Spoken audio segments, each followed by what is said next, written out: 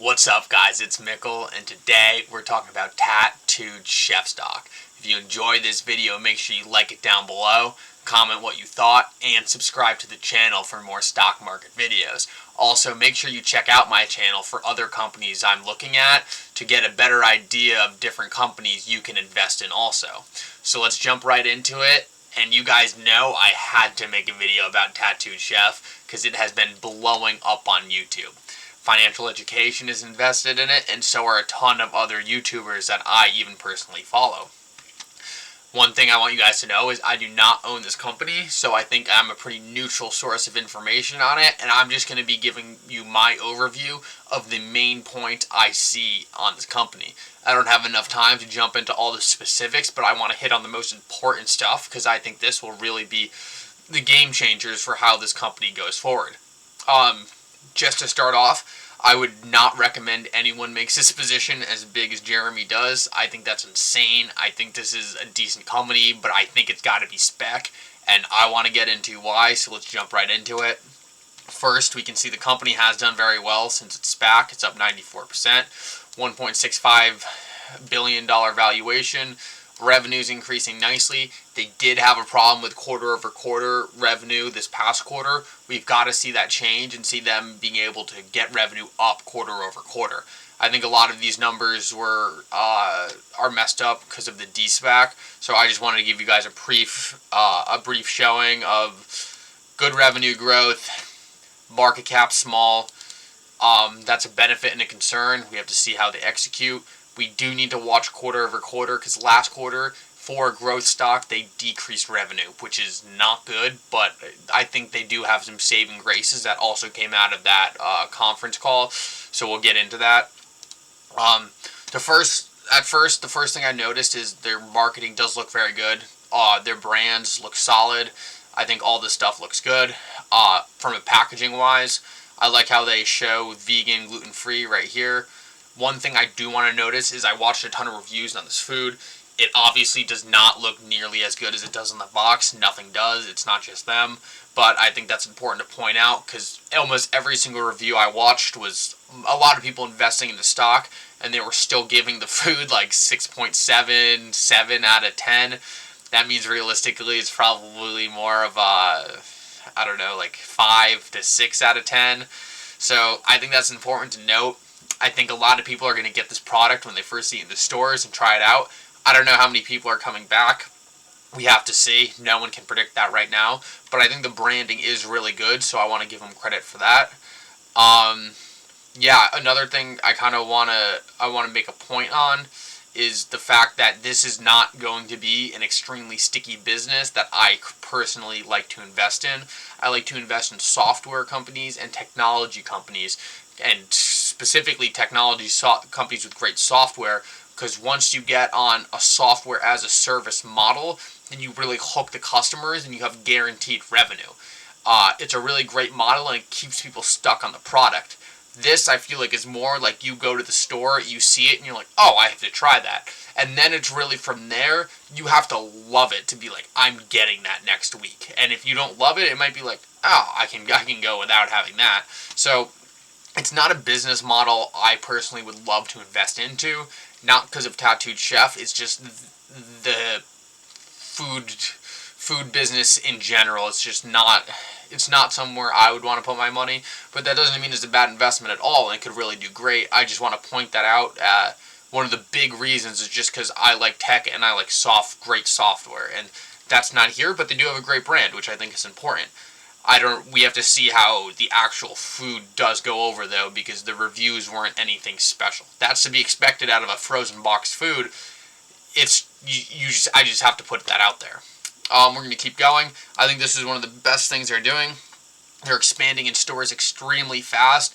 They went into 1,800 Kroger stores this summer, and I also saw that even though last quarter they missed on revenue, they also did beat on the retail stores they expected to be in. I think now they're expecting 10,000, and they look to be in 12,000. So, I mean, this is really good. Ideally, if they have great products like this, and they are getting in the stores, they should see revenue increase, and they should do more selling. If they don't, then you have a big issue because it means people are getting it, trying it, and going, I don't need that. I think a problem with this model is, while I don't think it's too competitive in terms of most of frozen box foods are like unhealthy, like Hot Pockets, chicken nuggets, mac and cheese. A lot of people who do like healthy foods don't want to be like healthy foods, like to make it themselves because it feels fresh and healthy. I don't think you really get that feeling from a lot of these dishes. There's not that much you can do to make something that's been frozen and boxed taste fresh and healthy. It's just the nature of anything. It's not just them, it's any product. So I just want to point that out. We need to see how this develops. We need to see their revenue do better on a quarter-over-quarter basis. So I think next quarter is going to be massive. But I just want to point that out. It does look good how fast they're expanding. Let's just see that revenue follow. And that's what we want to see. I want to point out their board of advisors. This is something I'm not impressed in. I would give this board like a C. None of them really have that much experience. This is like their first kind of go at it for a lot of them, especially their CEO, Sam Galletti. Yeah, we need to see how it is. He's been in the food industry for a while, but you would like to see a CEO who came from another established company, so you know he knows what he's doing in terms of being the head of a public company. A lot of CEOs are great in the private market, and then they get to a CEO position in the public market, and they have a lot of trouble. So it's not that I think he's bad. I listened to an earnings call with him. I wasn't that impressed with what he was saying, but he didn't seem bad. He just seemed like he'd never done it before, and he hasn't. I think it's just something to consider because it's not a proven management team. And that's another reason, outside the fact that I don't really invest in stuff like this, but I wouldn't want to be putting my money with a group of people who haven't necessarily been dealing with massive business, multi-billion-dollar businesses before. I like to, when I see my CEO as ex-head of product at eBay or ex-head of this at Google or product designer at Apple, something significant like that really makes you go, okay, this guy has seen it done at a high level. He knows how to execute. You don't necessarily see that here, and that's why I give them a C. They can prove themselves and do great. I'm not saying they won't. I'm just saying they haven't, so I would make it a smaller position because you're taking a bigger bet that their first time they'll nail it. So that's the only thing I wanted to point out here. We're going to jump to the next thing. This is actually why I had to re-record the video. I already made it, but my face went like that, and you guys didn't see anything here. So who knows who even got to this point. Maybe I'm recording this for nothing, but let's go for it. Revenue increased nicely. We talked about that. They had a quarter-over-quarter problem. We're not going to see that on this statement, but I'm pretty sure it went from something like 54 last quarter to 50 now. I know it was something like that. It's not a big deal. We know it decreased slightly. It wasn't good. They said they're going to fix it. We'll see. Revenue is increasing nicely. One thing I'm worried about is the cost of goods really skyrocketed as this skyrocketed. This you do see in food companies that you don't see in software companies. For food companies, you have a ton of inventory. You have to pay for shelf space. You have to pay for shipping. All this stuff, you have to pay for a ton of employees, which in a software company and in other tech companies, you don't really have to pay for a lot of this other stuff that you have to as a food company. So you see this cost of goods really track the revenue, and this isn't just them, this is any food company. This is just the nature of what it is, but this is another reason I don't personally like to invest in food companies. I just want to put that out there. We have to see this top line. We want to see this revenue go up a lot faster, and the cost not increase as fast. We have to see if they're able to do that. Right now, the most important thing for this company is revenue growth. We want to see this keep going up significantly faster, and just this is secondary. We want to make sure that this stays on the slower side. But just wanted to point this out. The revenue is going to be the most important thing for this company going forward. So they're growing it nicely. This is a slight concern. I don't think it's anything massive. If they execute, they'll execute. It's going to come down to the products themselves. It's all on the products for this company. I want to point out that in terms of their products, this is not something I would ever be eating. I like making my own food. I don't like box foods. I like meat. I like real meat. it's just not for me. So it's another reason I wouldn't invest in it. I think the market is relatively niche. I think it's you're looking for vegans and vegetarians who don't want to make their own food and want it out of a box. I do want to say that although I think the market's niche and there's not a large TAM, total addressable market, not that there is one, it's just not massive. It's not going to be every house in the U.S. That's just one would it be. I don't think the competition is that big because a lot of the competition listing is really in a different industry. Beyond Meat and Impossible are really not doing at all the same thing as Tattooed Chef. Morningstar kind of is, but it's different. You can go in and look at these products if you guys want, but really Tattooed Chef is differentiated in what they're doing. I just don't know how big that market is. We have to see. It's not something that's already out there, and it's not really a market. It's a hard market to really. It's never really been shown before, so it's hard to really address what that's going to be. I think it could be big. I don't know yet, and I don't think a lot of people do know. So I think it's going to be a lot of testing and figuring out. Yeah, I just wanted to point that out there.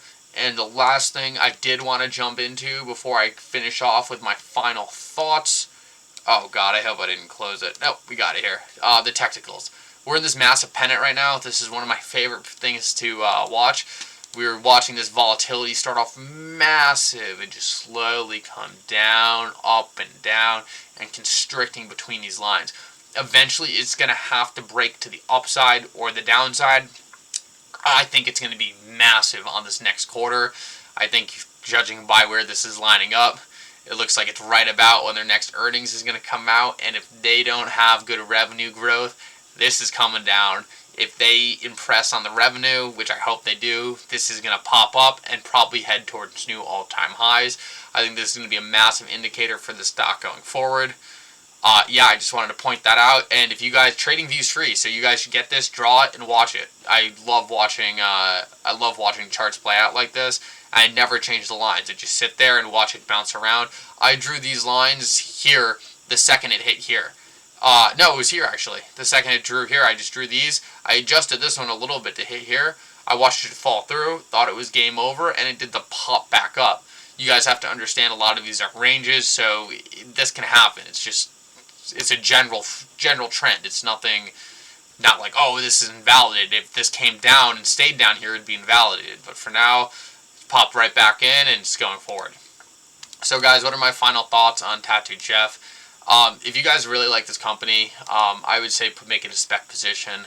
I would say at least go get their product, prove to yourself you enjoy it, or really get behind what they're doing and have passion for it. If that's not the case, I wouldn't really be involved in it. I think it's cool. I think they have good branded products, but it's nothing I love. I can't say like that this is an amazing company I need to be a part of. For me, I'd rather just watch from the sidelines and see how they go. I don't think this is going to be any kind of explosive, massive company in the next couple years. I think they'll probably slowly grow and have a nice $10 billion valuation one day, $10 billion market cap. But I just don't see the TAM being as high as I like to see, and for that reason, I'm going to sit on the sidelines here. I would not do this.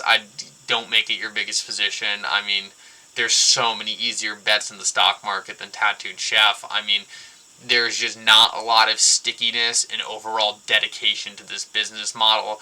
I mean, who knows who's going to come out with a better product one day and just completely disrupt them.